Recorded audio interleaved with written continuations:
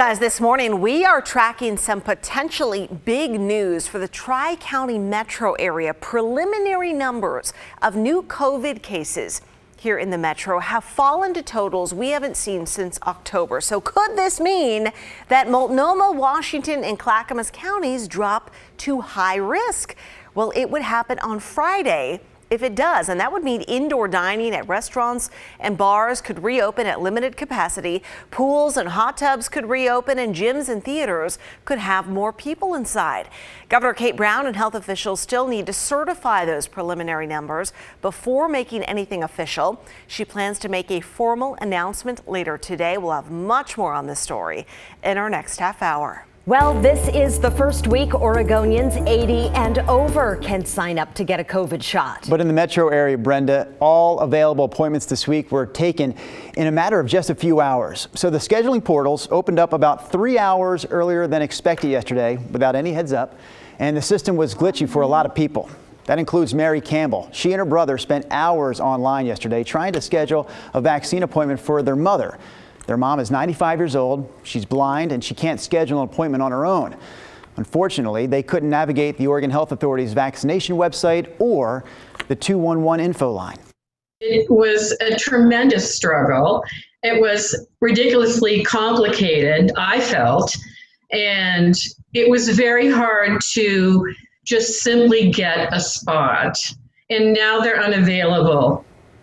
Help could be on the way, so wait times for the state's COVID-19 hotline are expected to improve later this week. 211 Info CEO Dan Herman admits wait times on hold or for return calls have been absolutely unacceptable. Governor Brown agreed and deployed 30 National Guard members to help answer phones for that 211 system. Those National Guard members started their training yesterday. So if you're one of those people who are trying to sign up right now or trying to sign up a loved one, you can try calling that hotline. It's 211. Or you might be able to work things out through the online system. If you go to KGW.com, you'll find this step-by-step guide for getting an appointment. It's right there on our homepage. But remember, appointments for the Convention Center and the Portland Airport clinics, they are absolutely full already for this week. And we don't expect people to be able to make appointments for next week until next month. There are some other ways to make appointments. The state vaccine scheduler should work now if you live outside the metro area. But you may also want to hop online and check directly with your county health department. Some of the websites have links to clinics in your area. Plus, Oregon pharmacies are getting doses. Albertsons, Safeway, Costco, and smaller pharmacies under the Health Mart brand are expecting shipments soon. And you can book appointments online at both Albertsons and Costco. Well, the vaccine qualifications are different in Washington state. There, you can sign up if you're 65 and older, but their supply is also limited and the systems to sign up are overloaded as well. So this week, Washington is sending 4,700 doses to Clark County. Of those, 4,000 will go to the state-run mass vaccination site at the fairgrounds. The remaining 700 doses go to all other providers. That's Clark County Public Health, Peace Health, the Vancouver Clinic, and more. It's actually frustrating, though, for Clark County's public health officer. And I know collectively they can administer more than a couple of thousand vaccines per day. They're geared up to do that. So our providers who had been giving vaccine are now giving less, and the vaccine is being most of it is over at the fairgrounds site. So Dr. Melnick says one of the problems with most of the shots going to the fairgrounds is that those other providers reach underserved communities, and they are more geographically spread out. So he worries the vaccine is not rolling out equally. Let's get to 3 more things to know about COVID right now. Number 1, if you're having trouble getting to a vaccine appointment at the Oregon Convention Center, the OHA looked into some options for you.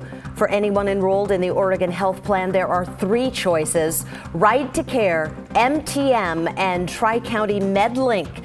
If you don't have health insurance, look into Ride Connection, TriMet Lyft, and One Call. You can find more information on the Oregon Health Authority's website. Number 2, if somebody calls you asking for money in exchange for a COVID vaccine, hang up.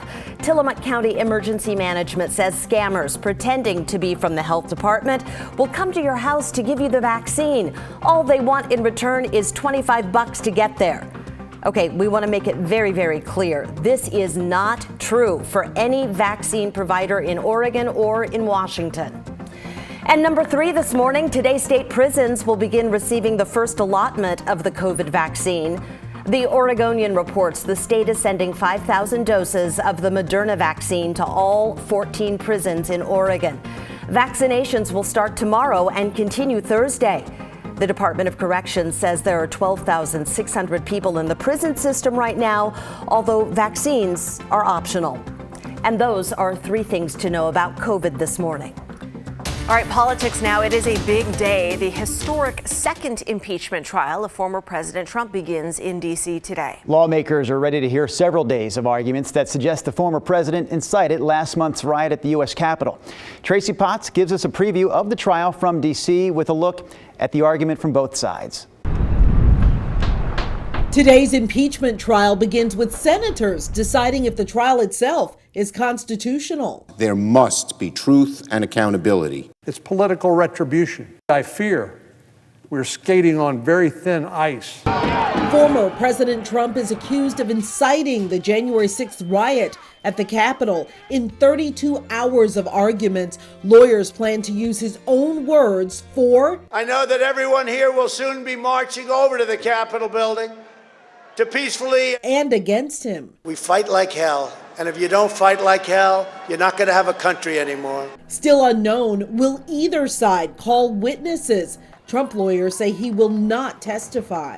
Look, we've got an offer to come and testify. He's decided not to. We'll let the Senate work that out. Trump's team calls the trial political theater, arguing his fiery speech is protected by the First Amendment.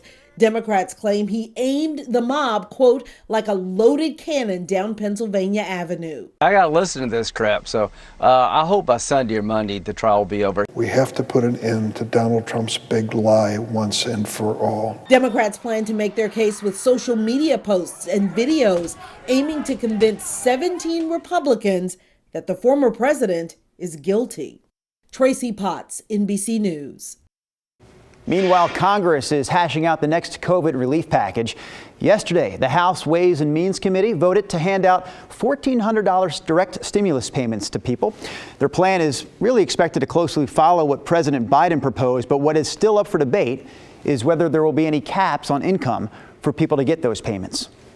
Okay, did anybody out there feel the ground shake last night? A whole lot of people did after a small earthquake. Well, this was up near Mount Hood. Drew. Okay. That I'm sorry. explains why you didn't feel it. And I was asleep. Talking about the people. The U.S. Geological Survey located the epicenter near the town of Parkdale. We talked with Travis Erdman, who felt the earthquake. He says many of his neighbors did as well. I was in the living room, sitting in the chair, and the chair started shaking. From Hood River all the way to Parkdale, throughout the whole Hood River Valley, everybody was experiencing the same thing. Everybody could apparently feel the earthquake. Woo, okay. Luckily, it was small, and those are regular people up near the mountain. Okay, let's